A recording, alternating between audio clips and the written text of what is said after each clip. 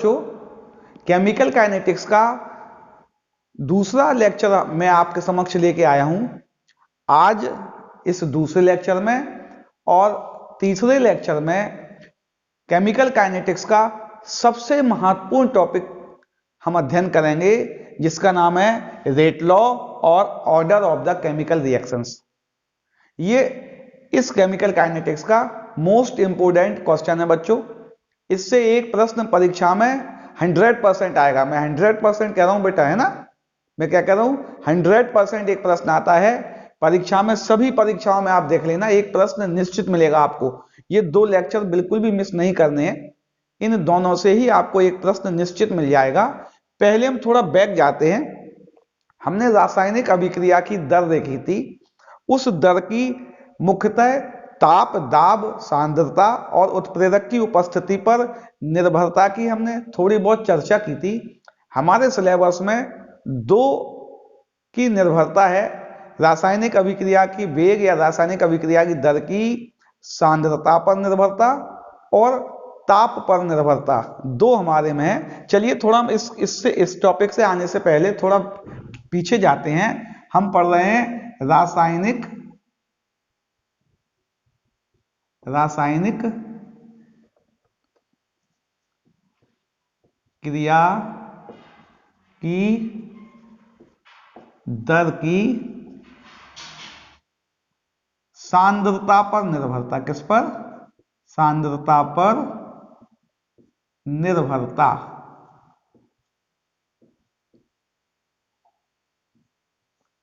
किसी भी रासायनिक अभिक्रिया की दर सांद्रता पर किस प्रकार निर्भर करती है, पहले इस बात की थोड़ी हम चर्चा कर लें, फिर अपने मेन टॉपिक पे आएंगे। इसके लिए आपने कक्षा 11वीं में एक नियम पढ़ा है जिसका नाम है द्रव्यानुपाती क्रिया का नियम। क्या पढ़ा है हमने? द्रव्यानुपाती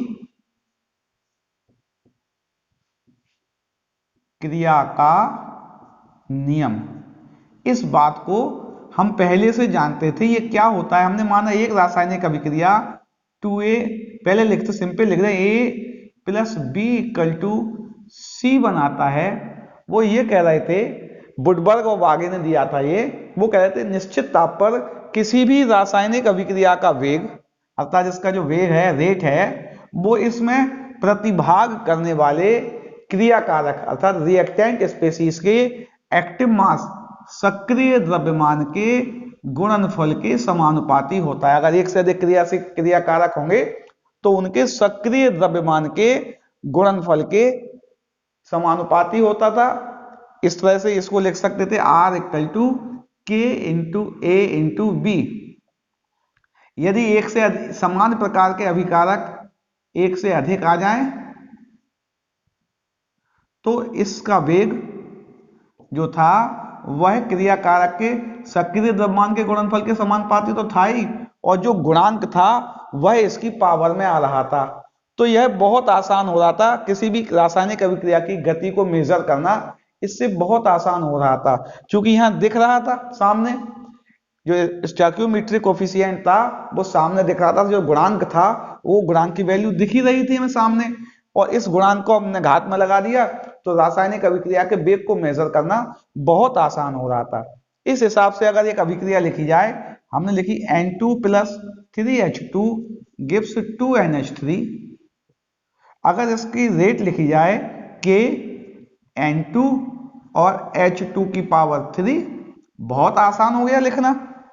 अर्थात केमिकल रिएक्शन की रेट में तो कोई समस्या नहीं थी, लेकिन जब इसको प्रैक्टिकल किया गया, जब इसका एक्सपेरिमेंट किया गया, तो पाया गया ये जो केमिकल रिएक्शन थी इसकी रेट ना तो इसके कंसंट्रेशन पर डिपेंड कर रही थी, ना ही इसके कंसंट्रेशन पर डिपेंड कर रही थी। मैं क्या कह रहा हूं, दोबारा ध्यान समझना। अब हम अपने टॉपिक पे आ रहे हैं।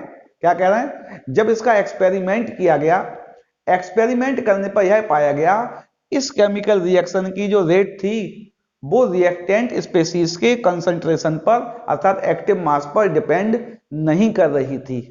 अब नई अवधारणा आ गई थी बच्चों, अर्थात यह नियम जो था वो सभी स्थितियों में लागू नहीं हो रहा था। कौन सा वाला? द्रव अनुपाती क्रिया का नियम कुछ स्पेशल कंडीशन में लागू हो रहा था। सभी सांद्रताओं पर, सभी ताप पर, सभी दाब पर इस नियम को लागू नहीं किया जा सकता था।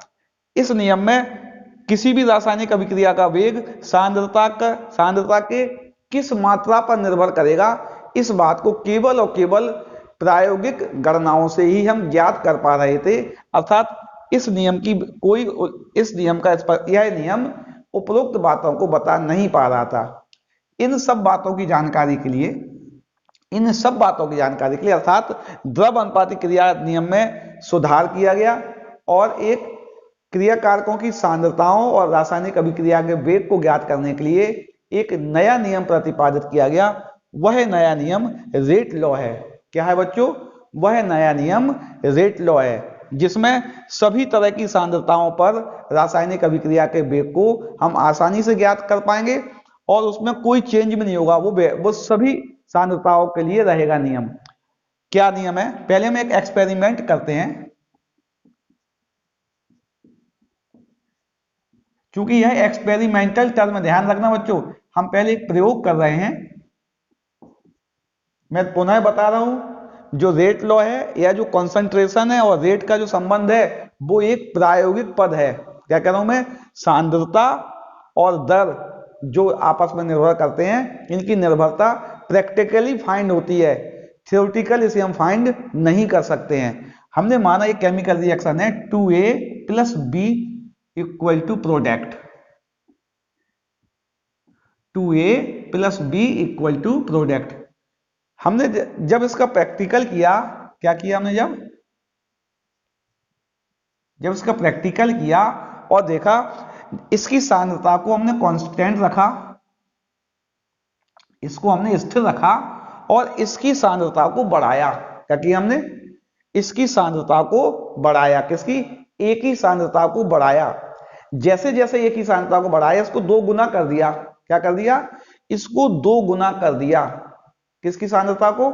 ए की सांद्रता को 2 गुना कर दिया, तो रासायनिक अभिक्रिया का वेग 4 गुना हो गया। क्या कह रहा हूं मैं? ए को क्या किया? कंसंट्रेशन ऑफ ए कैसा कर दिया?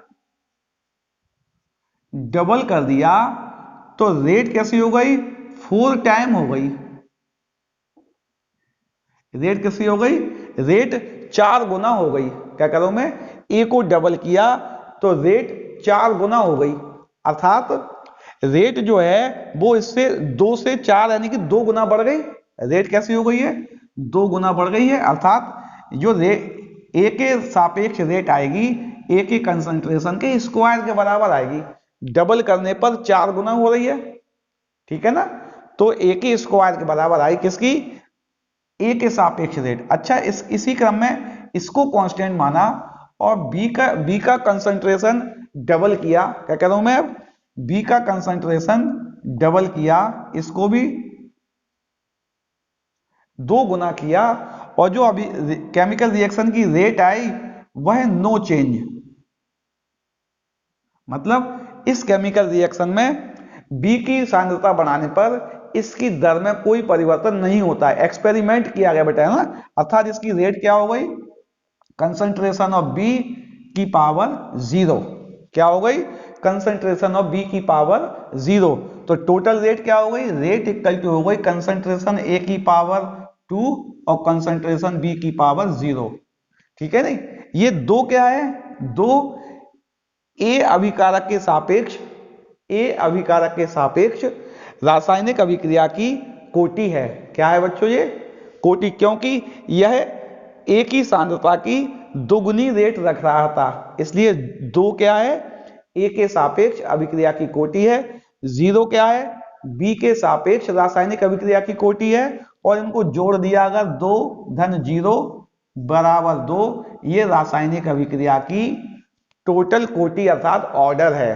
कुल ऑर्डर कितनी आई है? 2 आई है। चलिए कॉमन एग्जांपल और लेते हैं हम। एक कॉमन एग्जांपल और लेते हैं हम। हमने माना एक्स ए प्लस बी ये प्रोडक्ट बना रहे हैं। ए के ए मॉलिक्यूल हैं, बी के बी मॉलिक्यूल हैं। जब एक्सपेरिमेंट किया गया और देखा गया कि जो ए का कंसंट्रेशन है जब उसको इंक्रीज किया, क्या कह रहा हूं मैं, ए का कंसंट्रेशन इंक्रीज किया तो रेट जो थी वो एक्स टाइम इंक्रीज हो गई। कितनी इंक्रीज हो गई? रेट एक्स टाइम इंक्रीज हो गई, अर्थात ए के सापेक्ष इस रासायनिक अभिक्रिया की दर ए की पावर एक्स हो जाएगी। कितनी हो जाएगी बेटा? ए का कंसंट्रेशन बढ़ाने पर इस रासायनिक अभिक्रिया की दर एक्स टाइम इंक्रीज हो गई। 2 गुना होगी तो 2 हो जाती, 4 गुना होती तो 4 हो जाती। कंसंट्रेशन बढ़ाया तो एक्स टाइम हुई। इसी प्रकार जब बी का कंसंट्रेशन बढ़ाया तो इस रासायनिक अभिक्रिया की दर बाई टाइम इंक्रीज हो गई। कितने टाइम इंक्रीज होगी? रेट वाई टाइम इंक्रीज हो गई। कितने टाइम? Y time. तो आर कितना हो जाएगा? बी की पावर बाई, तो रेट लो क्या होगा बेटा? R equal to R proportional to A की पावर एक्स एंड बी की पावर वाई। क्या हो जाएगा? ए की पावर एक्स एंड बी की power Y. X R equal to K एक नियतांक हो गया। ये नियतांक रेट नियतांक कहलाता है। क्या कहलाता है? रेट नियतांक कहलाता है। के क्या है? के नियतांक है, यहां लिख देता हूं मैं। के क्या है? वेग स्थिरांक लिख दो। क्या लिख दो? वेग स्थिरांक। के क्या है? के वेग स्थिरांक है। इसकी भी व्याख्या की जाएगी बाद में। इसको लिख दिया। ये जो समीकरण है बच्चों, यह समीकरण रेट लॉ कहलाता है। क्या कहलाता है? रेट लॉ एक्सप्रेशन कहलाता है। किसी भी केमिकल रिएक्शन का रेट लॉ एक्सप्रेशन कहलाता है। यहां एक्स क्या है? एक्स और वाई क्रमशः, एक्स और वाई क्रमशः ए व बी के सापेक्ष, ए व बी के सापेक्ष कोटि हैं, यानी कि ऑर्डर है। क्या है? एक्स और वाई ऑर्डर है। किसके रिस्पेक्ट? ए के रिस्पेक्ट और बी के रिस्पेक्ट ऑर्डर है। और यदि हम एक्स प्लस वाई लिखें, एक्स प्लस वाई क्या होगी? Total order. टोटल ऑर्डर, कुल कोटि इसकी कितनी होगी? X plus Y. अच्छा, ये ए बी क्या है बच्चों? ये ए बी क्या है? प्रश्न आता है। ये ए बी वो कोफिशिएंट हैं, अर्थात वो स्पेसीज हैं जो केमिकल रिएक्शन में पार्टिसिपेट कर रहे हैं। लेकिन ए का एक्स पार्ट वो भाग है जो एक्टिव मास है, अर्थात जिससे प्रोडक्ट बन रहा है। अर्थात अगर ए प्लस बी लिखेंगे, ए प्लस बी यह केमिकल रिएक्शन की मॉलिक्यूलरिटी है, आणविकता है। और x प्लस वाई क्या है? यह इस रासायनिक अभिक्रिया की कोटि है। क्या है? इसकी कोटि है। अर्थात यदि कभी a प्लस बी बराबर x प्लस वाई हो जाए तो हमारा द्रव अनुपाती क्रिया का नियम सत्य होगा। क्या होगा बच्चों? सत्य होगा। अर्थात यहाँ पे जो भी कोफिशिएंट लिखे होंगे वही यहाँ आते हैं, तो जो हमारा द्रव अनुपाती क्रिया का नियम है उस परिस्थिति में सत्य होगा। अर्थात आणविकता और कोटि एक समान आएगी तो द्रव अनुपाती क्रिया का नियम सही होगा। चलिए हम इस बात को, इसको मिटा के बच्चों दोबारा समझने का प्रयास करते हैं कि ये हुआ क्या है। यहाँ पे एक्चुअली क्या बात हुई है कि कोटि और आणविकता कैसे आई है, थोड़ा हम यहाँ और उसको समझने का प्रयास करते हैं। तो कोटि क्या हुई? क्वेश्चन आता है रेट लॉ क्या हुआ? प्रश्न है रेट लॉ क्या है? जैसे हमने लिखा एक केमिकल रिएक्शन लिखी A B equal to product बना रहे हैं, तो इनका रेट क्या होगी? रेट जो होगी equal to rate constant into concentration of A, और ए के जो पार्ट एक्टिव होंगे वो पावर में आएंगे। क्या कह रहा हूं मैं? जिससे केमिकल रिएक्शन की रेट इफेक्टेड हो रही है वह पार्ट पावर में आएंगे। हमने माना वो वाले पार्ट x थे और v के वह वाले पार्ट y थे, तो यहाँ x प्लस वाई जो होगा वो अभिक्रिया की कोटि अर्थात ऑर्डर होगा। क्या होगा? ऑर्डर होगा। तो कोटि की परिभाषा क्या हो गई भाई? कोटि क्या होती है? हम कहेंगे जब भी किसी भी रासायनिक अभिक्रिया की हम रेट इक्वेशन लिखते हैं, क्या कह रहा हूं मैं, कोटि की परिभाषा आती है बच्चों, परिभाषा आपके परीक्षाओं में। कोटि क्या है? जब भी किसी रासायनिक अभिक्रिया की हम रेट इक्वेशन एक्सप्रेशन लिखते हैं, रेट इक्वेशन को लिखते हैं, तो उसमें कॉन्सेंट्रेशन के ऊपर जो टर्म होती है वो टर्मों का एडिशन उस रासायनिक अभिक्रिया की ऑर्डर या कोटि होती है। क्या हुई भाई? किसी रासायनिक अभिक्रिया की रेट इक्वेशन में सांद्रता के पदों पर उपस्थित, सांद्रता के पदों पर उपस्थित घातों का योग क्या कहलाता है? कोटि कहलाता है।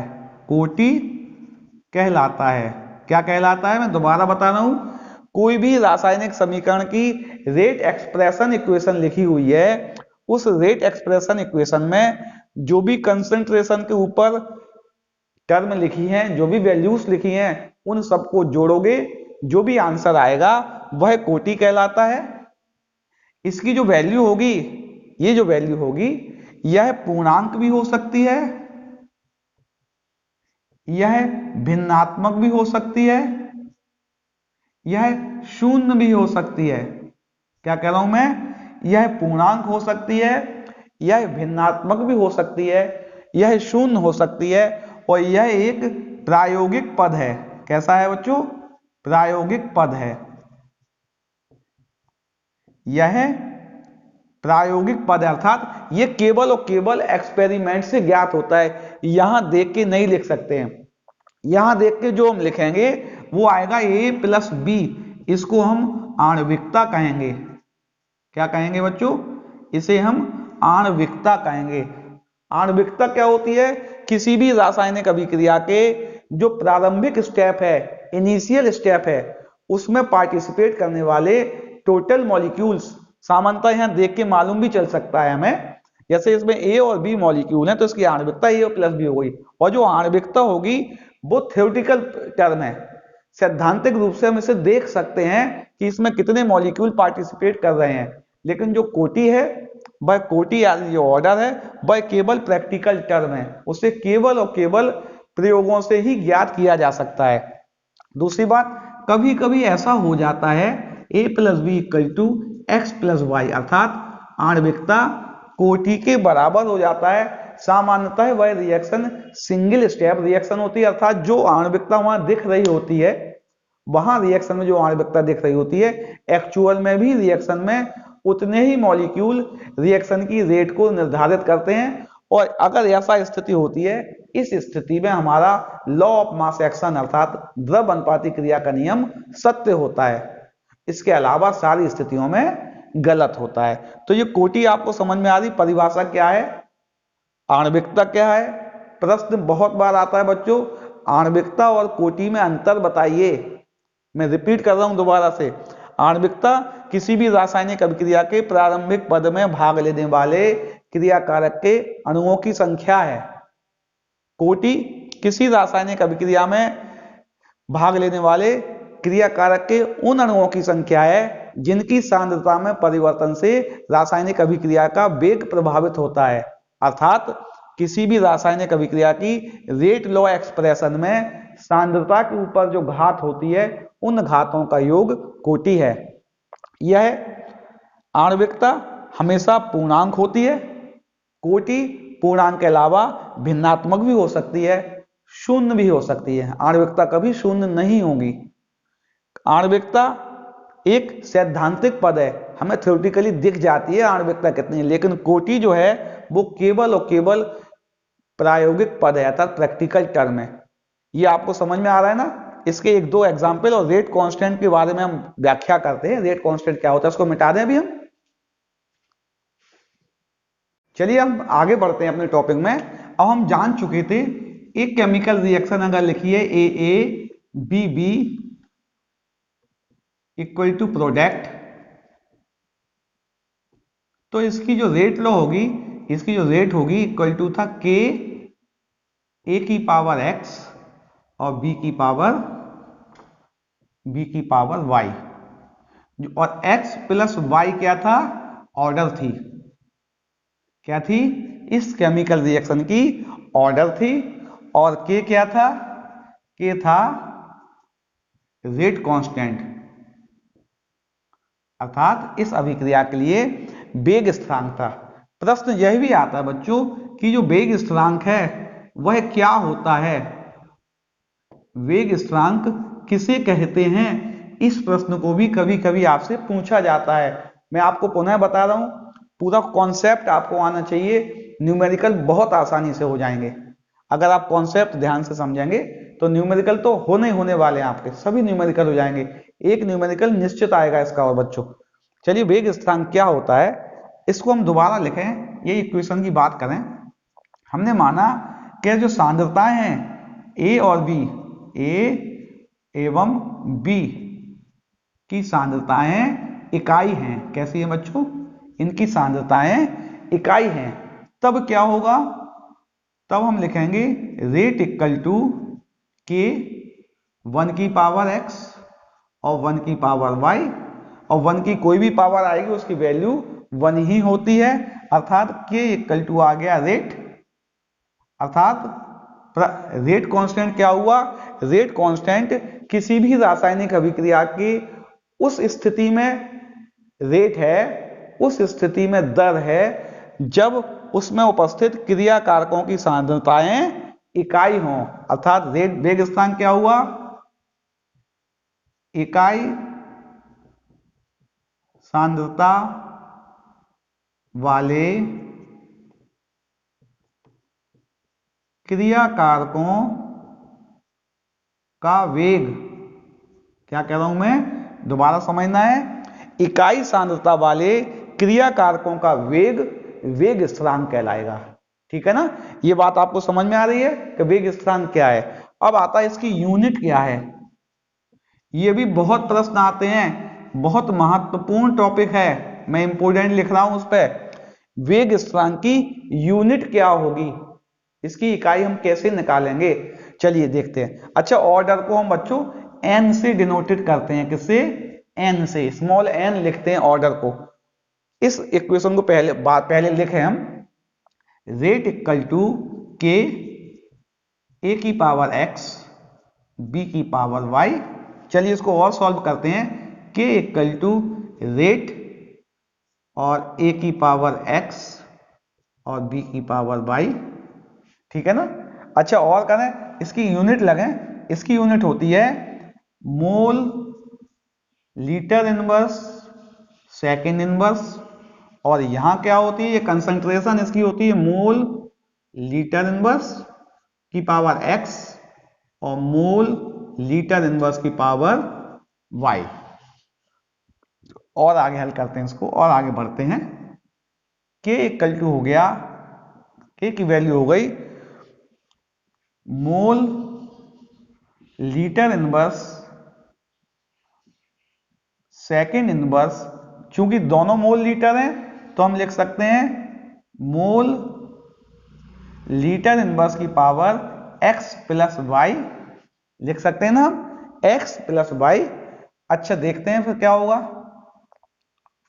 या इसको हम ऊपर ले गए तो हो गया मोल लीटर इनवर्स की power 1 minus X plus Y और सेकेंड इनवर्स, क्योंकि ये भी मोल लीटर इनवर्स था, ये भी मोल लीटर, इसको ब्रैकेट में लिख दे रहे हैं हम, इसकी पावर 1 थी, ये x प्लस वाई ऊपर गया तो माइनस में हो गया।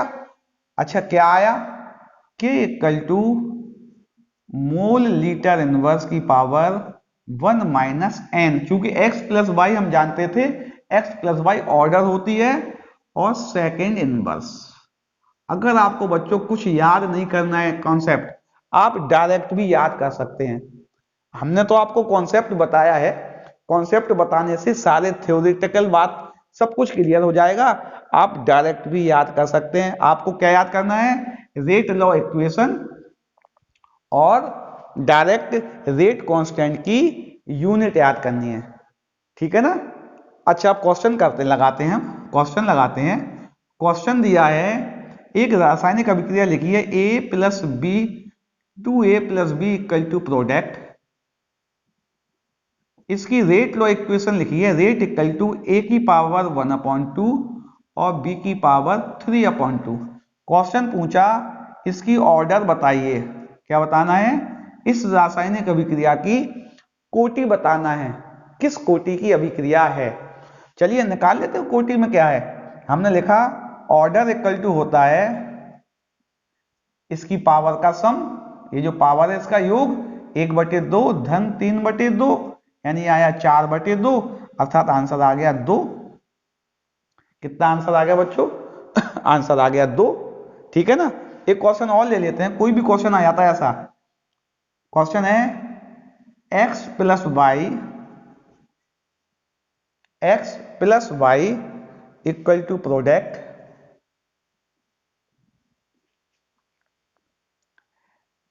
रेट लॉ लिखा है r इक्वल टू, कहां गया था? k रह गया था इसमें ना बेटा, k x की पावर 0.5 और y की पावर 0.3.5 ये लिखा है। तो ऑर्डर क्या होगी भाई? ऑर्डर निकालेंगे अगर हम n निकालेंगे तो 0.5 प्लस 3.5 यानी कि 4 आ गई है, अर्थात चौथे ऑर्डर की रिएक्शन है। ये प्रश्न आपको समझ में आ रहा है? इस तरह के डायरेक्ट प्रश्न आएंगे, आपको कोटि निकालनी होगी, आप सांद्रताओं के ऊपर की घातों को जोड़ देना है। चलिए क्वेश्चन और करते हैं, यहां क्वेश्चन लगाते हैं। क्वेश्चन लिखा है निम्न में बताइए कि यह किस कोटि की अभिक्रिया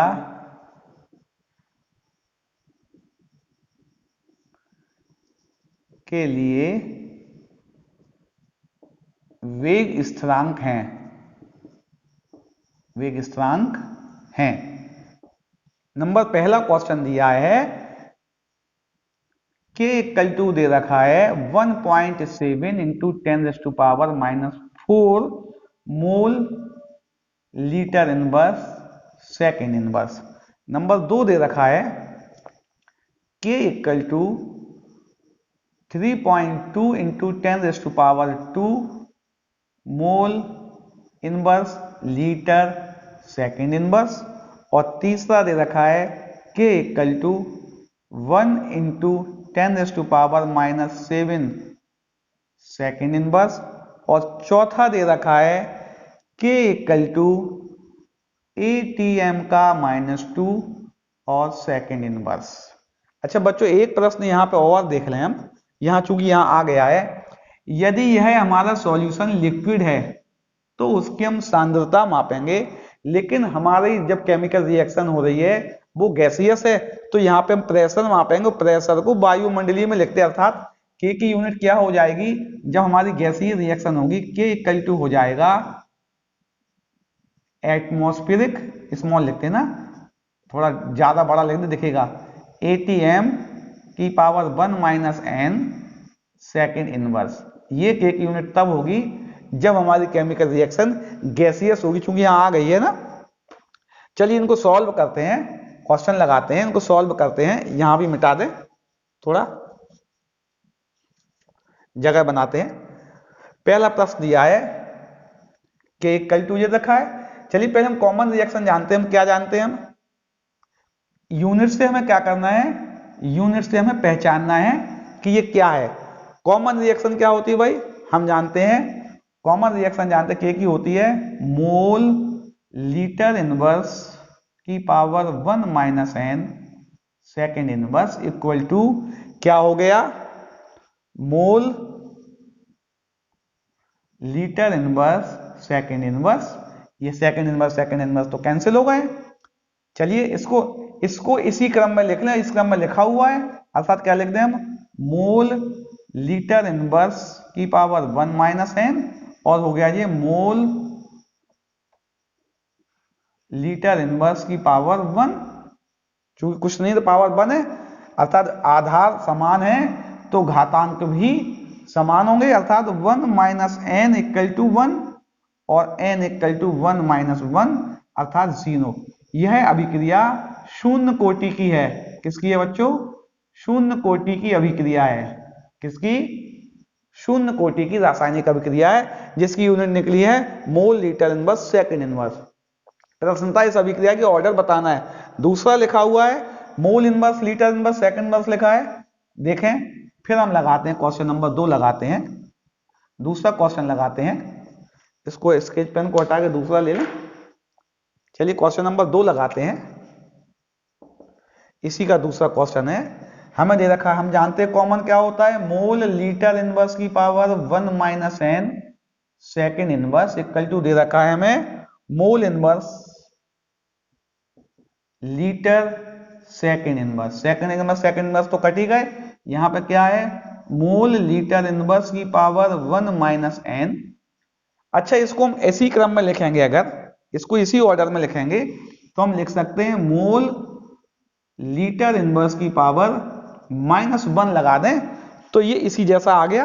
आधार समान करने पड़ते हैं हमें, यहां कुछ भी लगा सकते हो। उसके लिए हम इसको इस तरह लिख सकते हैं, माइनस 1 करेंगे तो माइनस मोल में इनवर्स आ जाएगा और लीटर की पावर 1 आ जाएगी।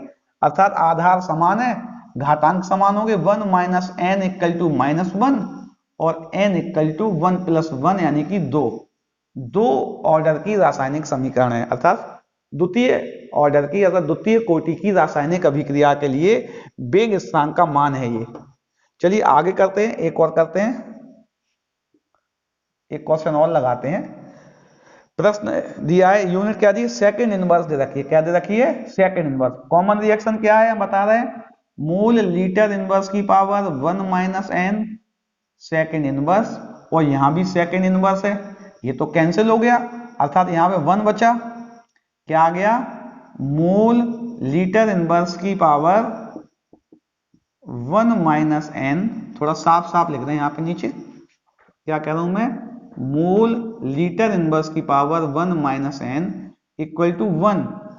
1 को क्या कर सकते हैं, किसी की पावर 0 लिखें, उसकी वैल्यू 1 होती है। अर्थात हम ऐसे लिख सकते हैं उसको, मोल लीटर इनवर्स की पावर 0, इसकी वैल्यू 1 होती है। चूंकि आधार समान, घातांक भी समान, अर्थात क्या आ गया, 1 माइनस एन इक्वल टू 0 और n इक्वल टू 1। अर्थात यह प्रथम ऑर्डर की रिएक्शन है। एक ऑर्डर की रिएक्शन के लिए वेग स्थिरांक की यूनिट है ये वाली। अब क्या बचा है, एटीएम इनवर्स सेकंड इनवर्स। इसको यहीं कर लें, यहां मिटा के,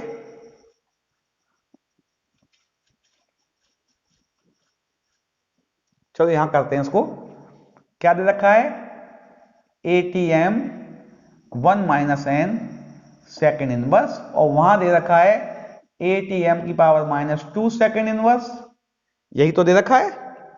चलिए ये तो कट गए सेकेंड सेकेंड। यहां क्या बचा, एटीएम की पावर 1 माइनस एन, और यहां बचा एटीएम की पावर माइनस 2।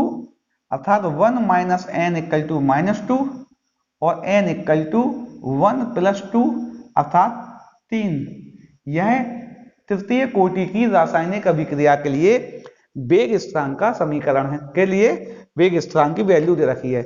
इस तरह के प्रश्न भी बहुत आते हैं बेटा परीक्षाओं में, कि हमें यह निकालना पड़ेगा कि किस कोटि की अभिक्रिया के लिए वेग स्थिरांक का समीकरण है।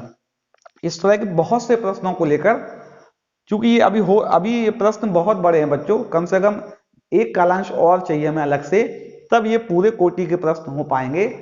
अभी तक हम यह जान चुके हैं कि किसी भी रासायनिक अभिक्रिया के लिए रेट लॉ एक्सप्रेशन एक्सपेरिमेंटली करेंगे, और जब एक्सपेरिमेंटली हम रेट लॉ एक्सप्रेशन कर देंगे तो उसमें सांद्रता के ऊपर जो घातांक है उनका योग रासायनिक अभिक्रिया की कोटि कहलाएगा। कोटि एक प्रायोगिक पद है, इसका मान शून्य भी हो सकता है, भिन्नात्मक भी हो सकता है और पूर्णांक भी हो सकता है।